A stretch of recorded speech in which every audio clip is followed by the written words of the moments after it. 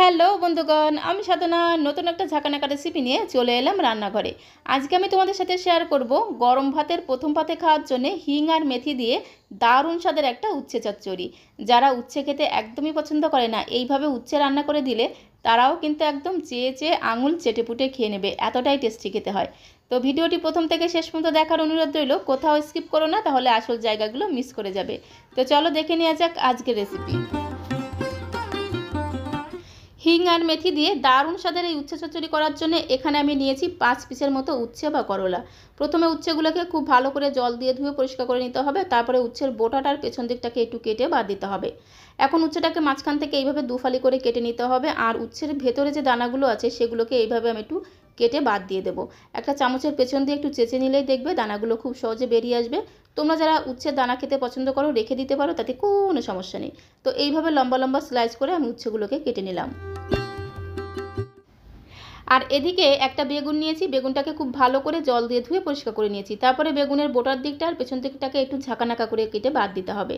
তারপরে বেগুনটাকে মাঝখান থেকে দুফালি করে কেটে নিতে হবে। আর বেগুনটাকে এইভাবে একটু মোটা মোটা করে কাটবো, খুব বেশি কিন্তু সরু সরু করে কাটবো না, কারণ বেগুন সেদ্ধ হতে কিন্তু একদমই সময় লাগে না। বেগুনটা কাটা হয়ে গেল। আর এখানে নিয়েছি একটা বড় সাইজের আলু। আলুটাকেও খুব সুন্দর করে খোসা ছাড়িয়ে এইভাবে উচ্ছের মতো একটু লম্বা লম্বা করে পিস করে কেটে নেব। তবে আলুর যে বড় পিসগুলো আছে তার মাঝখান থেকে আরও একটু কেটে কেটে ছোট করে নেব। তো দেখো আলুটাকে এইভাবে লম্বা লম্বা পিস করে কেটে নিয়েছি। আর আলু কাটার পরে কিন্তু অবশ্যই আলুটাকে জল দিয়ে ধুয়ে নিতে হবে। তো সমস্ত সবজিগুলো কাটার পরে আরও একবার খুব ভালো করে জল দিয়ে ধুয়ে সবজিগুলোকে গুছিয়ে রাখলাম। এবারে আমরা একটা মশলা তৈরি করে নেব।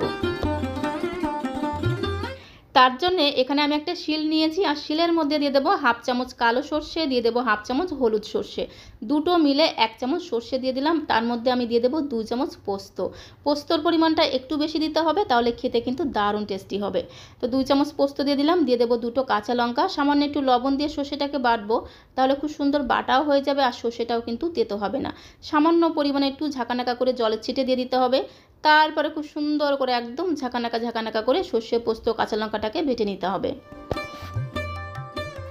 তো দেখো সর্ষে পোস্ত কাঁচা লঙ্কাটাকে একদম মিহি করে বেটে নিলাম। তোমরা চাইলে কিন্তু এটাকে মিক্সিং জারে দিয়েও কিন্তু বেটে নিতে পারো, তবে যেহেতু অল্প মশলা তাই আমি শিলের মধ্যেই বেটে নিলাম। তো এখন চলে আসলাম কড়াইয়ের কাছে। গ্যাসের ফ্লেমটা জ্বালিয়ে দিয়ে এখানে একটা কড়াই বসিয়ে দিয়েছি। আর কড়াইটা গরম হয়ে গেলে কড়াইতে দিলাম 2 থেকে 3 চামচের মতো সর্ষের তেল। রান্নাটা আমি সর্ষের তেলে করব, তাহলে খেতে কিন্তু দারুণ টেস্টি হবে। এখন তেলটা যখন একটু গরম হয়ে যাবে, কিছুটা বড়ি আমি ভেজে নেব। একটু বড়ি দিলে কিন্তু দারুণ টেস্টি হবে। তো খুব সুন্দর করে একদম ঘোটানাটা করে বড়িটাকে একটু লাল লাল করে ভেজে নেব। সামান্য একটু লবণ দিয়ে ভাজবো, তাহলে বড়িটা খেতে কিন্তু দারুণ টেস্টি হবে। তো দেখো খুব সুন্দর করে একদম ঘোটানাটা করে বড়িটাকে একটু লাল লাল করে ভেজে নিয়েছি। এবার একটি পাত্রে তুলে নেব।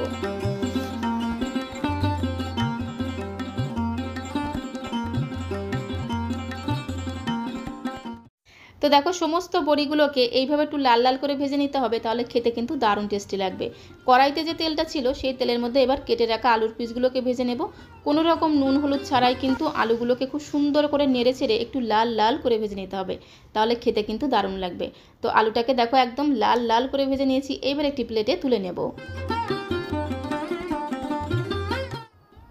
এখন বাকি তেলের মধ্যে কেটে রাখা বেগুনের পিসগুলোকে একটু লাল লাল করে ভেজে নিতে হবে। তো এই বেগুন আর আলুটাকে কোনো রকম নুন হলুদ ছাড়াই কিন্তু আমি ভেজে নিলাম। তোমরা চাইলে কিন্তু সামান্য একটু নুন আর হলুদ দিয়ে বেগুন আর আলুটাকে ভেজে নিতে পারো।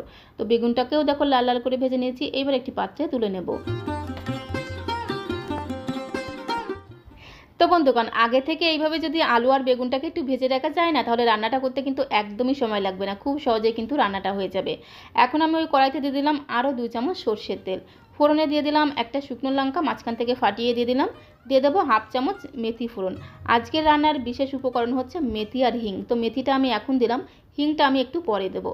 তো এই মেথিটাকে একটু লাল লাল করে ভেজে নিতে হবে। যখন দেখবে যে মেথিতে খুব সুন্দর একটা লালচে কালার ধরেছে, তখন আমি এর মধ্যে দিয়ে দেবো কেটে রাখা উচ্ছেগুলোকে।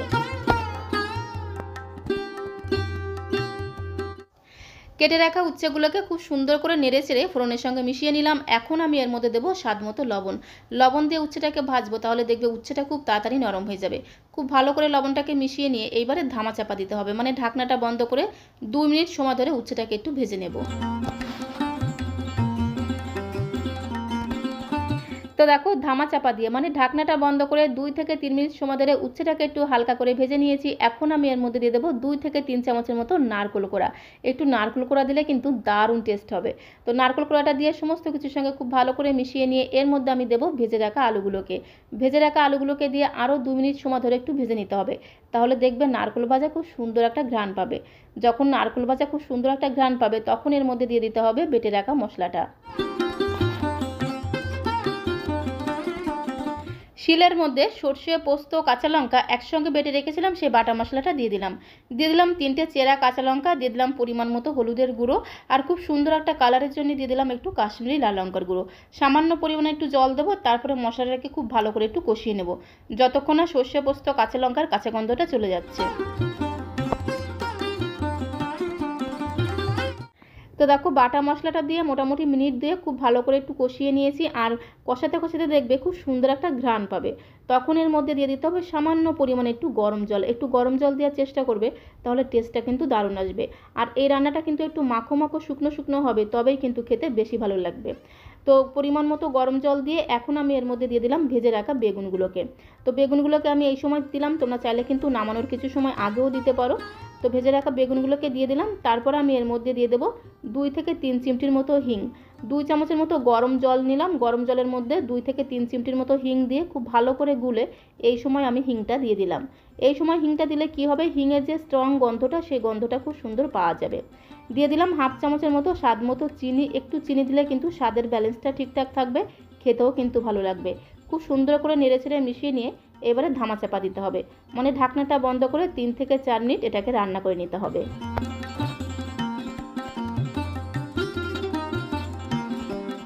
গ্যাসের ফ্লেমটা মিডিয়াম টু লোয়ে রেখে 4 থেকে 5 মিনিট সময় ধরে আমি খুব ভালো করে রান্না করে নিয়েছি। আলুটাও দেখো খুব সুন্দরভাবে সেদ্ধ হয়ে গেছে, ঝোলটাও কিন্তু অনেকটাই শুকিয়ে গেছে। এখন যে ভেজে রাখা বড়িগুলোকে এর মধ্যে দিয়ে দেবো। বড়িগুলোকে আগে আমি সর্ষের তেলে খুব সুন্দর করে একটু লাল লাল করে ভেজে রেখেছিলাম।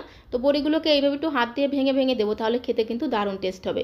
বড়িগুলো দিয়ে দিলাম, আর সবশেষে এর মধ্যে দিয়ে দেবো 1 চামচ কাঁচা সর্ষের তেল। একটু কাঁচা সর্ষের তেল দিলে কিন্তু খুব সুন্দর একটা ঘ্রাণ পাবে।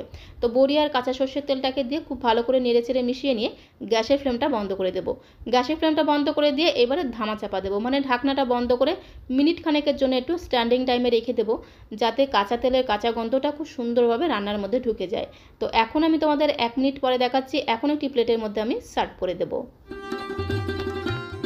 তো বন্ধুগণ, এইভাবে একবার মেথি আর হিং দিয়ে উচ্ছে চচ্চড়ি খেয়ে দেখতে পারো। ধোয়া ওঠা গরম ভাতের প্রথম পাতে দারুণ খেতে লাগে। যারা উচ্ছে খেতে একদমই পছন্দ করে না তারাও দেখবে একদম চেয়ে চেয়ে খাবে, দারুণ টেস্টি খেতে হয়। তো আজকের রেসিপিটা তোমাদের কাছে কেমন লাগলো কমেন্ট বক্সে অবশ্যই লিখে জানিও। ভালো লাগলে প্লিজ একটা লাইক করে দিও, বেশি বেশি করে বন্ধু বান্ধবদের সঙ্গে শেয়ার করে দেওয়ার অনুরোধ রইল। নতুন বন্ধু হয়ে থাকলে অবশ্যই চ্যানেলটিকে সাবস্ক্রাইব করে দিও, যাতে যখন এরকম সুন্দর সুন্দর নতুন নতুন ভিডিও আপলোড করব সঙ্গে সঙ্গে নোটিফিকেশন আগে তোমার কাছে পৌঁছে যায়। তো আজকের মতো এই পর্যন্ত। সবাইকে অসংখ্য অসংখ্য ধন্যবাদ।